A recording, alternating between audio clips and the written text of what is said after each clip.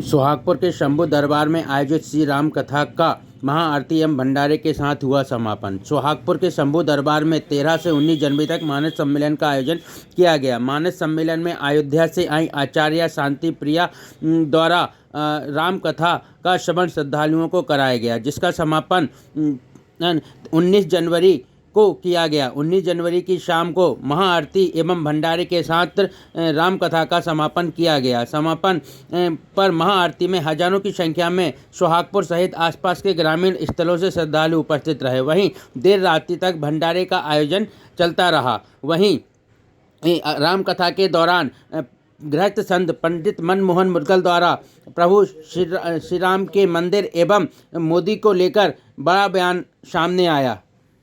महाराज जी, एक अद्भुत संयोग है।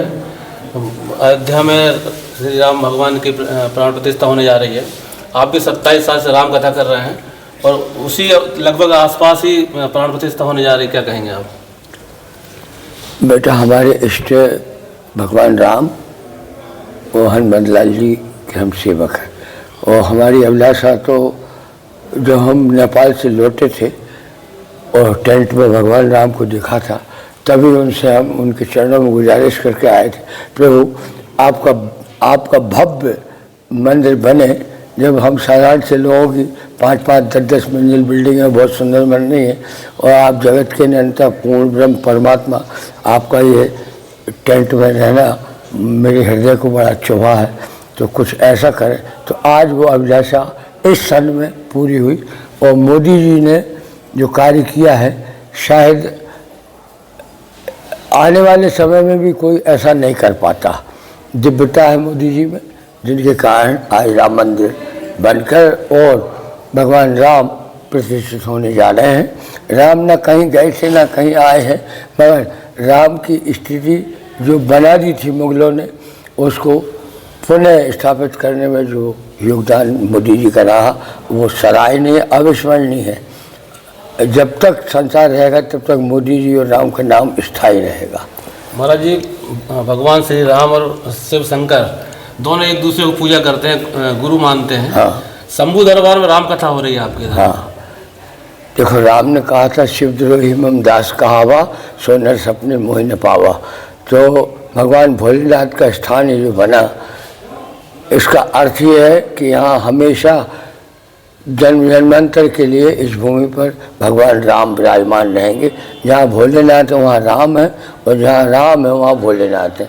एक दूसरे को हम भिन्न देखते हैं, परंतु यदि देखा जाए तो दोनों ब्रह्म ही स्वरूप हैं और उनका आप पे, हम पे, सब पे आशीर्वाद हुआ कि मैं अधना सा एक ब्राह्मण का बालक सोहागपुर में निवास किया, पला पोसा और यहीं शंभू दरबार की स्थापना की और आप लोगों के सहयोग से आज 27 वर्षों से सतत रामचरित मानस के सम्मेलन, क्योंकि पिताजी मानस गुरु की उपाधि से इसी नगर में विभूषित हुए और उनको भगवान राम का आशीर्वाद रहा और उन्हीं की कृपा है, उन्हीं की चरणों की दया है, उन्हीं का आशीर्वाद है कि आज हम प्रकार किसी भी तरह 27 साल से चल, और मेरा संकल्प है जब तक ये शरीर मेरा रहेगा, मैं पिताजी के चरणों में हमेशा रामचरित मानस सम्मेलन करूँगा, उनके आनंद के लिए, उनकी प्रसन्नता के लिए और समाज के लिए।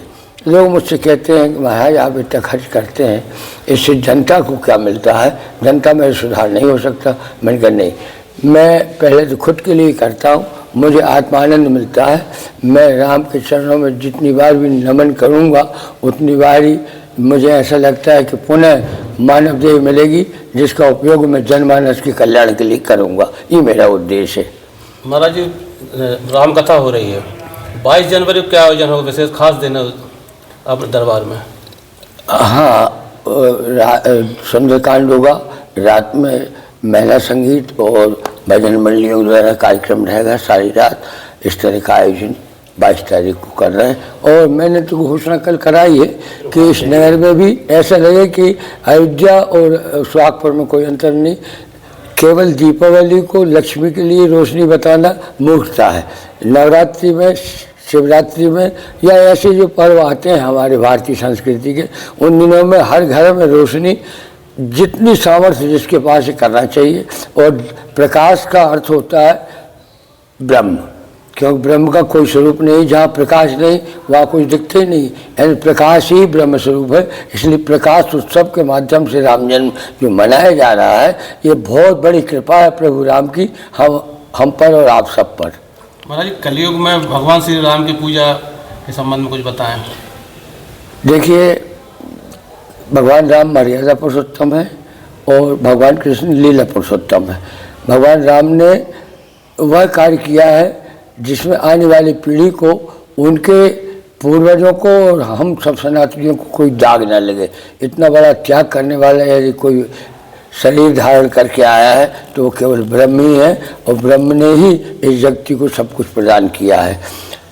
रहा सवाल हमें क्यों मनाना चाहिए, इन कथाओं से निचोड़ में जो आता है, मेरा तो उद्घोष है कि भगवान के मंदिर में जाके मूर्ति में भगवान को प्राप्त करने की चेष्टा मत करो। पहले माँ बाप के चरणों में नमन करो। माँ बाप इंडिकेट करते हैं कि ये राम है, ये सीता है, लखन है। यदि हम ऐसा करेंगे जीते जागते अपने माता पिता को भगवान मानकर, तो भगवान राम हमारे यहाँ पुत्र के रूप में, भगवती सीता हमारे यहाँ बेटी के रूप में पैदा होगी, इसमें संदेह नहीं, और ये होते रहा है। ठीक है, आपने भविष्यवाणी करी है कि लोग ये साल जो है इसमें शनि लगा है, हाँ। और कष्ट में जाएगा, भगवान राम के द्वारा ही पूजा करने से कष्ट हरेंगे। हाँ। मेरी जहाँ तक मान्यता है, या ग्रंथों से या महापुरुषों के सत्संग से मुझे मिला है, उसका अर्थ मैंने ये लगाया है कि राम और विष्णु, यदि कोई विष्णु सहस्त्र नाम का पाठ करता है या केवल राम राम जपता है, बिल्कुल बराबर उसका फल, बराबर उसका अर्थ निकलता है। तो विष्णु सहस्त्र नाम तो बहुत कठिन है, संस्कृत वाले पढ़ सकते हैं उसको, मगर राम तो साधारण सा भोला आदमी भी कर सकता है। इसलिए राम का नाम लेने से, राम के विषय में जान लेने से आपको बहुत आनंद भी मिलता है और आपका कई जन्मों का संबंध सुधरता है। दूसरा, भविष्यवाणी का मैंने इसलिए कहा, मेरे द्वारा कोई भविष्यवाणी नहीं होती, क्यों मैं न ज्योतिषाचार्य हूँ न कोई महावाना पंडित, परंतु ये सन जो 2024 है, इसका ये 3-4 महीने तो सहजता से कट सकते हैं, मगर अप्रैल के बाद, क्योंकि पूरे वर्ष भर शनि रहेगा, राहु और केतु भी इसमें जुड़े हुए हैं, समझे, और बृहस्पति बेचारे वो भी कष्ट में है, और सूर्य भगवान अपनी जितनी सामर्थ्य देंगे उससे, मगर ऐसी विपत्ति आएंगी जिनका कोई समाधान मानव के पास नहीं निकलेगा। और यदि मानव के पास समाधान निकलेगा तो केवल एकमात्र राम है। राम ही सुमरई गाय राम ही, संत सुनई राम गुण ग्राम। जिसने राम को अपनी वाणी, अपने हृदय, अपने मन, अपने चिंतन में धारण कर लिया है, वो भीषणतम बीमारियों से भी सुरक्षित रहेगा। अन्यथा न केवल इंडिया के लिए, भारतवर्ष के लिए, बल्कि पूरे विश्व के लिए ये वर्ष अच्छा नहीं है, बिल्कुल अच्छा नहीं। हो सकता है कि अंतिम चरणों में विश्व युद्ध की घोषणा हो जाए, विश्व युद्ध भी हो सकता है, संभवतः है, भगवान ना करे, क्योंकि बहुत विनाश होता है। मगर जो मुझे अनुभव हो रहा है उसके हिसाब से मैंने बताया। मैं भविष्यवक्ता नहीं हूँ, अन्यथा लोग आपसे कहने लगे कि महाराज को कहाँ से मालूम। मैं अपने इष्ट से निवेदन करता हूँ, और जो वो मेरे मस्तिष्क में डालते हैं उस हिसाब से मैं आप लोगों से बात करता हूँ। मैं इतनी सी बात है, अर्थात राम ही सब कुछ है। राम के अलावा आपको बचाने वाली ताकत न कोई औषधि है, न कोई वैज्ञानिक संयंत्र है, यंत्र है, केवल एक ही मंत्र है, वो भी राम। और राम का नाम जो लेगा उसके साथ शंकर भी जोड़ेंगे, हनुमान भी जोड़ेंगे, जितने देवी देवता सब जोड़ेंगे, सब सहयोगात्मक हमारे साथ जुड़ेंगे। ऐसे चरणों में यदि हम निवेदन करते हैं तो ये मानव जीवन धन्य हो जाएगा, अन्यथा मानव जीवन का कोई अर्थ नहीं। हिंदू हिंदू कहने से हम हिंदू नहीं बनेंगे, परंतु उस बिंदु पर यदि हम आरूढ़ हो जाएंगे तो वो बिंदु सिंधु बन जाएगा। हिंदू शब्द कहने की जरूरत नहीं, पूरा विश्व भारतवर्ष को हिंदुत्व की रूप में स्वीकार करेगा और स्वीकार करने के लिए तैयार होगा। ये मेरा सोच है। धन्यवाद। सुहागपुर से रितेश साहू की रिपोर्ट।